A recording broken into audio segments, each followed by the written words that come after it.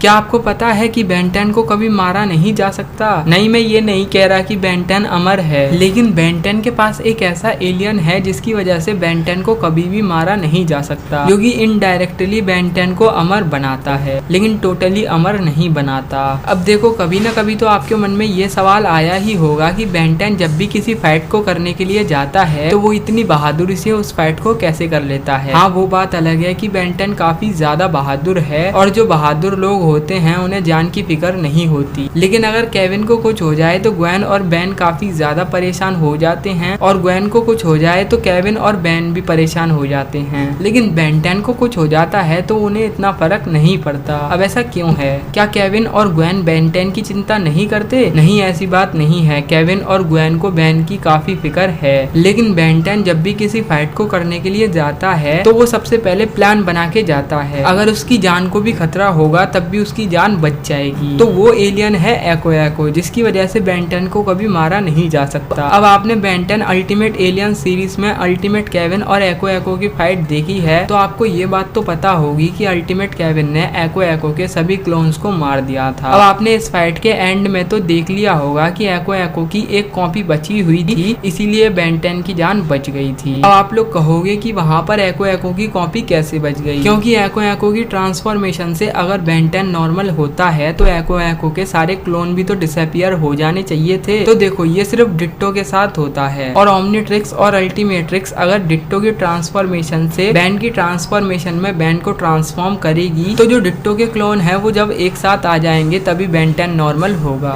अगर एको के सारे क्लोन पास में नहीं होते और बेन 10 नॉर्मल होता है तो एको के वो सारे क्लोन भी बेन में बदल जाएंगे। यानी कि एको अपने क्लोन्स को अपने आप में मर्ज नहीं करता है, तो वो सभी क्लोन अपनी बेन की पर्सनैलिटी में चले जाएंगे। और काफी सारे लोग ये भी बोलते हैं कि बेन 10 अल्टीमेट एलियन सीरीज के ड्यूप्ड एपिसोड में बेन ने एको की ट्रांसफॉर्मेशन में अल्टीमेट्रिक्स में कुछ सेटिंग करके बेन की 3 कॉपी बन गई थी, और ऐसा डिट्टो भी कर सकता है। तो ऐसा डिट्टो नहीं कर सकता क्योंकि वो एको की पावर है।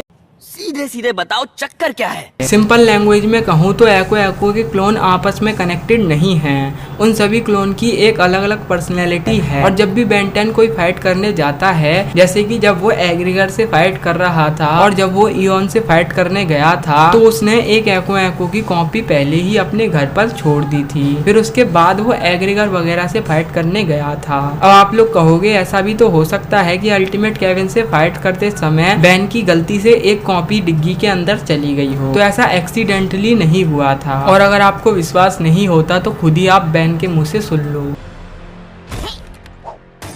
शुक्र है मैं हमेशा एक एक्स्ट्रा रखता हूँ।